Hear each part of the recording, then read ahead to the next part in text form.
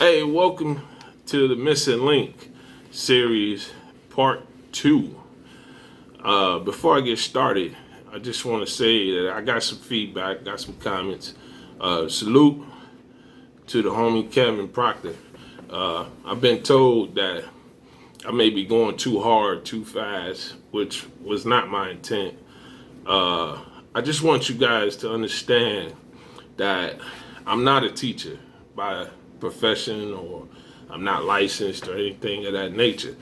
However, I present you the information, and the hope is that you take that information and go do your research yourself. For example, I introduced in part 1 the Kemet civilization. I hope that you went to your computer or your phone and typed Kemet in your search box and pulled up the information about that.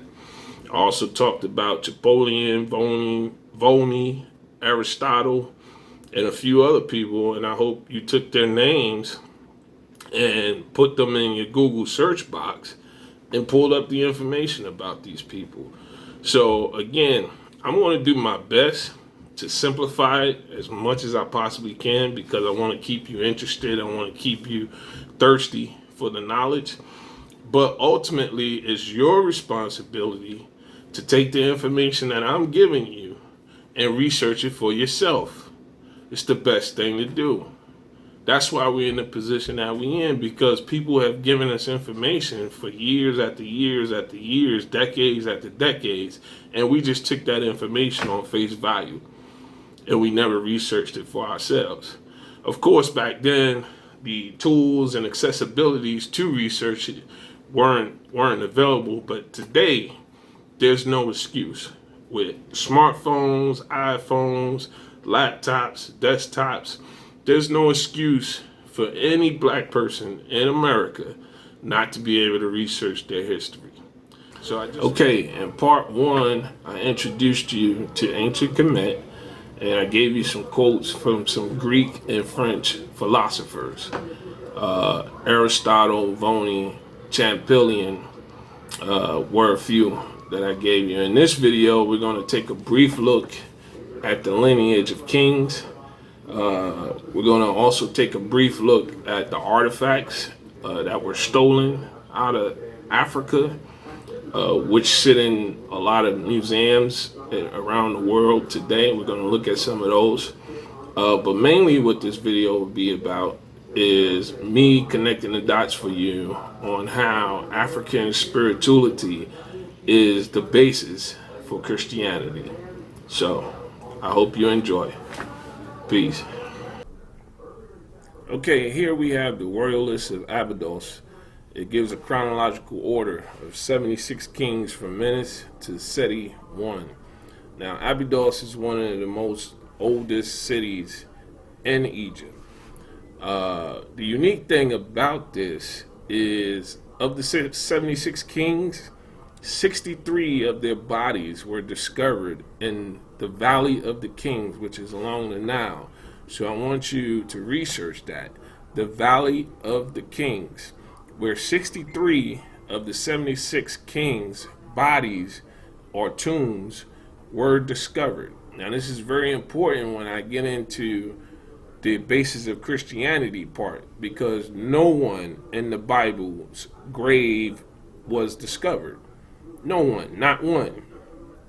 If you can tell me of anybody whose grave was discovered in the Bible, please leave it in my comments. But 63 of the 76 kings' body was discovered in the valleys of the kings. Okay, now we're going to look at some of the artifacts that were looted.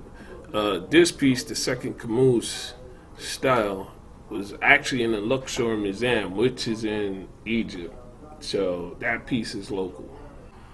Okay, most of these drawings and writings are called papyruses. That's Papyrus. A papyrus is a material similar to thick paper that was used in ancient times as a writing service. This one, Port M. Hero of Hunifa, is located in the British Museum in London. This piece, called the Narmer Head, is at the Petrie Museum, also located in London.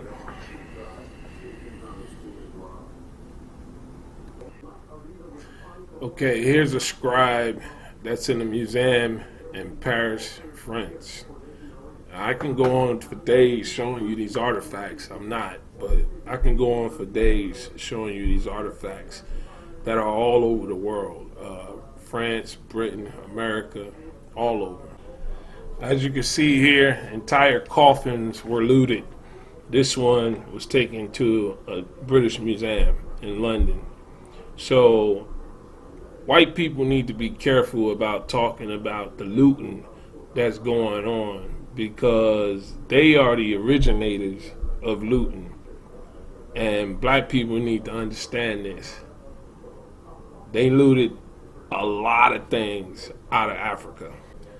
Okay, now I'm going to show you how African spirituality is the root for all the Abrahamic religions: Christianity, Judaism, and Islam. I'm going to start with the difference in age.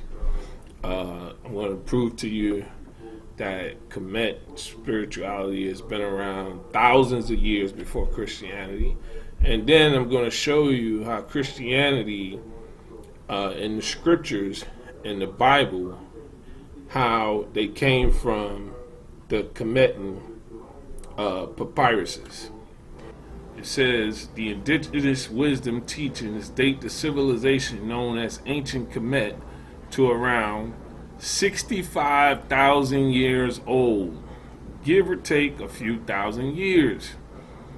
This idea flies in the face of Egyptology, who want to date modern civilization from around 6,000 years ago to fit their theoretical model of the development of civilization. Egyptologists believe in a paradigm that civilization moves from the simple to the complex. There is starting to be much evidence from the chematologists that make their paradigm seem ridiculous. That doesn't mean all the new information is correct, but it does open up things for a lot more questions. Now, I'm not going to make what I share with you solely about race, although it is, because they were black. What I share affects humanity. It sure will when you black people wake up and realize who you are. Not just one facet of this fabricated idea of race. However, it does need to be recognized that in today's highly racialized society, that Africans were front and center in the development of world civilization. I'm going to read that again. However, it does need to be recognized that in today's highly racialized society, that Africans were front and center in the development of world civilization. Okay, now what I'm going to do, I'm going to go up here to the search box, and I'm recording all of this so you guys can see. And I'm going to type in how old is Christianity.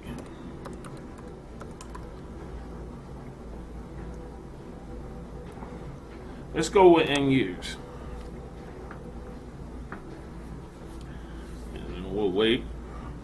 Let the computer do its thing. It's searching. Okay.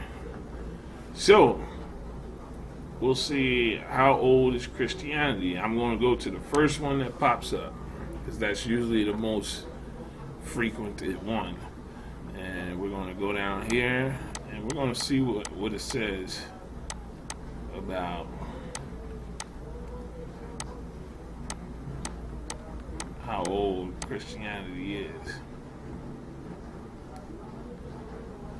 Okay. So it says right here, the question, let me X this out. Okay, the question of how old Christianity actually is can be debated, but the consensus is that it is a little over 2,000 years old. I'm going to read that again. The question of how old Christianity actually is can be debated, but the consensus is that it is a little over 2,000 years old. So even if we went with the Egyptologist theory that ancient Kemet was 6,000 years old, it's still 4,000 years older than Christianity. Now, if we go with the other side, which is 65,000 years old, that would put ancient Kemet 63,000 years older than Christianity. I hope you guys are receiving this point.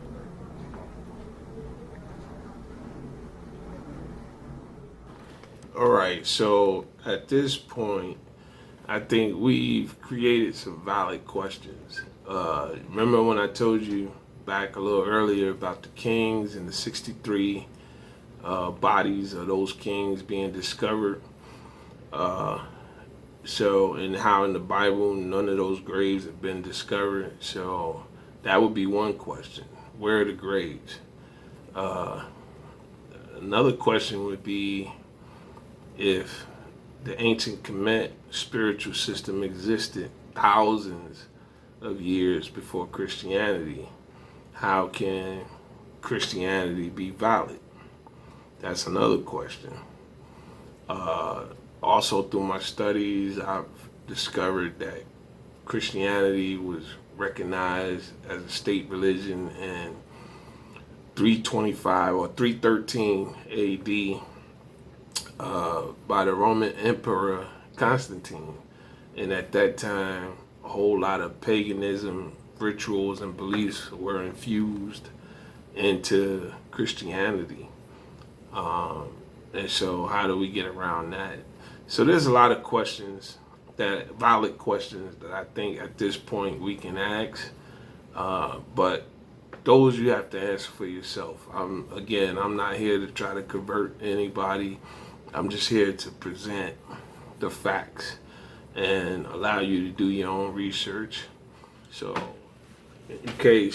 at this time, what I'm going to do is present to you how the scribes and some of the writings and ancient Kemet ended up as scriptures in the Bible.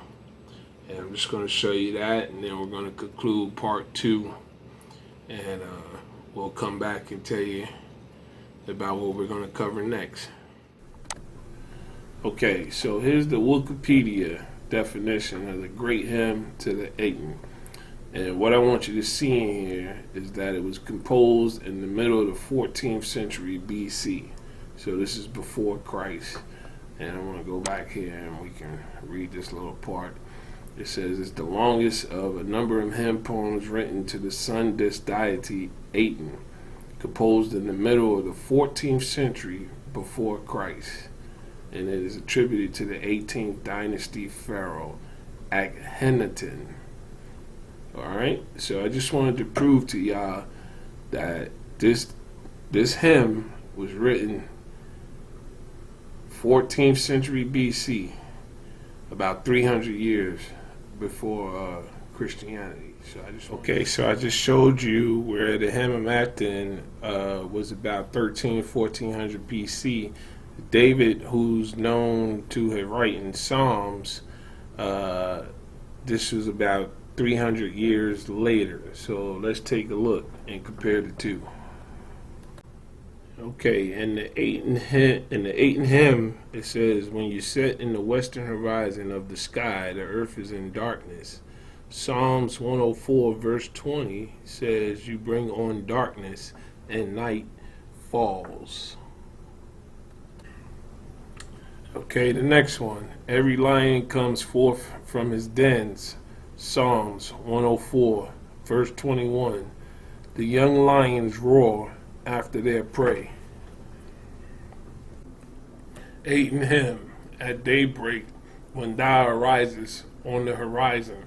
Psalms 104 verse 22. The sun ariseth.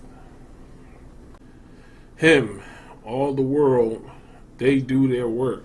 Psalms 104, verse 23. And a man goes out to work.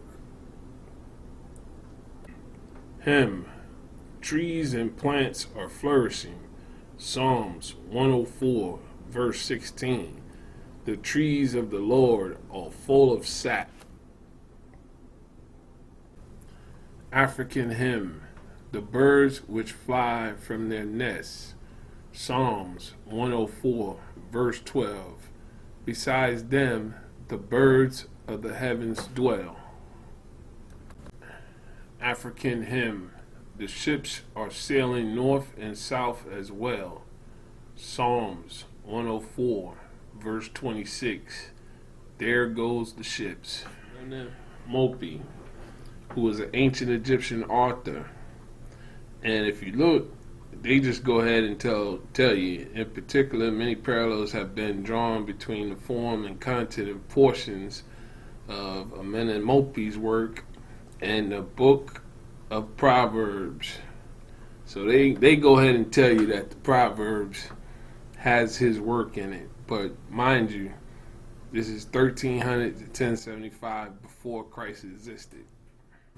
Alright, so they just went ahead and told you that Amenemopi's work is in Proverbs, but Solomon wrote Proverbs, and Amenemopi wrote his writings in 1290 to 1190 BCE, which would have made about a 700-year difference, 700 years before Solomon was born. So, I'm going to show it to you anyway. Okay, in chapter 1 of Amenemopi, he says, give your ears and hear what is said. In Proverbs 22:17, it says, bow down thine ear and hear the wise words of the wise. Okay, so chapter 1, Amenemopi, give your mind over to their interpretation, for it is profitable to put them in your heart. Proverbs 22:17, and apply thine heart unto my knowledge. Okay, chapter 6, Amenemopi, do not displace the surveyor's marker on the boundaries of the arable land. Proverbs 23:10, remove not the old landmark and enter not into the fields of the fatherless. Okay, chapter 13, Amenemopi, better it is to be praised as one loved by men than wealth in the storehouse. Proverbs 22:1. A good name is rather to be chosen than great riches and loving favor. So, where the Christian idea of God is a big white dude in the sky, the kinetic origin of or idea of God is the universe or universal force. In Christianity, they encourage you to cultivate a relationship to God. In Kemetic, they recognize your own divinity. In Christianity, you serve Him to gain favor, God. In Kemetic, you evolve into the best you. In Christianity, you're dealing with inner conflict. In Kemetic, you're dealing with inner peace. Okay, so I think I've proven that African spirituality was the basis for Christianity. I think I've proven that scriptures in the Bible, specifically in this video, out of Psalms and Proverbs, were taken from African writings and hymns from the Kemet or Kemet period. If you have any desire to get more of those scripture comparisons, feel free to leave me a comment. I have plenty more. I just didn't put them all in this video for time's sake, but I have plenty more that solidifies the fact that A lot of this Bible that a lot of people utilize came from ancient Kemet writings and hymns. So just leave me a comment if you want some of those. Also, leave me a comment to let me know if this video was helpful for you, if it was informative, or if you have any questions or comments. Please leave me a comment, and I will respond. Part 3, we're going to be looking at the Roman Emperor Constantine, and we're going to look at how Christianity was developed and the infusion of paganistic ideas and ideologies. So that'll be part 3, and you can expect that again in 24 to 48 hours.